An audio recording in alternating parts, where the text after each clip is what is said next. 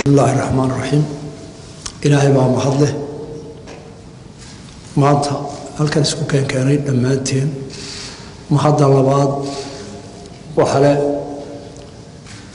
madaxweynaha Djibouti iyo shacabka Djibouti iyo dalka Djibouti oo sodolkii sanadood ee Soomaali burbursanayd inta la daba joogay aqli waxtar iyo dareenka walaaltinimo sodonka sano tanati un bay ka mid tahay ilaahay baa ka jazaaysiin doona inagii shirkeena maanta qof wala af Soomaali ku hadlaaba meel kasta ha jooga shirkan lagu bukulay professor geelchire mid beer qodaya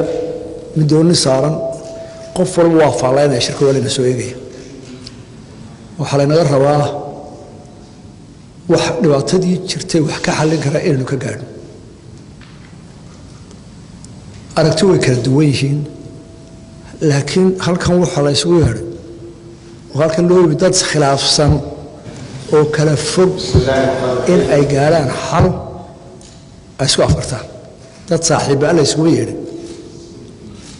dad kala fog baa la isugu yeeray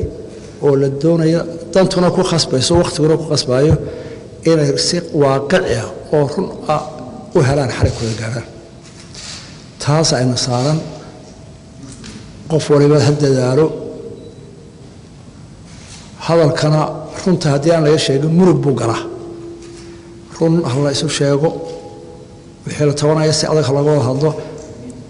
wixii la wada goostay ee lagu heshiiyana run laga dhigo hal rumeey taas baa inaga soo soconaa xagga yaga waxaan halkan lamid run wixii dhibaato aan sheegno wixii dan inoo wada ma hadanta Soomaaliya qoys maanta Soomaali maxaa u dana qodobka u dana ee ka fursan weynayna waan la nimid walaaladayna waxaan u sheegaynaa si walaaltinimo ah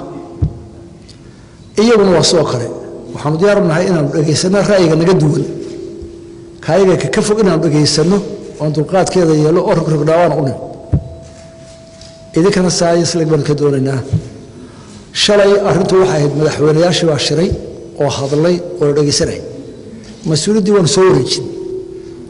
guddiga wasaaradda loo soo wareejiyay anaa tilmaantayda waan nidhi halka war hal wada heshiiyo war wax la isla afkarto waa dhamayn maanta waxa la soo eegayaa guddiga farsamo arrin ku hadhay inay keento technical war maxay noqdaan خاصة إن ما أنت واحد ولا سوى فرصة وحاول أن تلاوي جيران ما أنت لسه أفكار كره إنه هل كان أفضل كل شيء كره أقول له إنه كل شيء كرهنا أذك أنا وحالي هذا معي إلى حالي ما ناكل الصحة نطلق قاضنا هل كانوا كيقولنا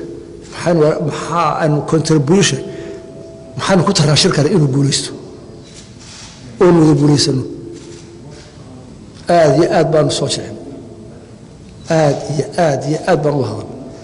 وحنوضنا ورب الشركة هي أمضى إن السوق سامحال بقول يسكره أنت يمكن السوق ولا يشين كره أنت واعدك حالك هذا كره مركا إذا كانوا واحد ردينا لما يدوم بعتميلة هاي تحل بعد سعر مات وحاول مدلوا ليس يسد هل كانوا أنا إذا كانوا يسجلوا هل كانوا وظيفة فرنا إسرائيل إلهي إذن كي ترى ونكسر ترى صوبا هل كان نوع مالس كبر كيسرو بدل بقوله قاره كانوا يتحسن قدر دارنا أنا ما هتنتي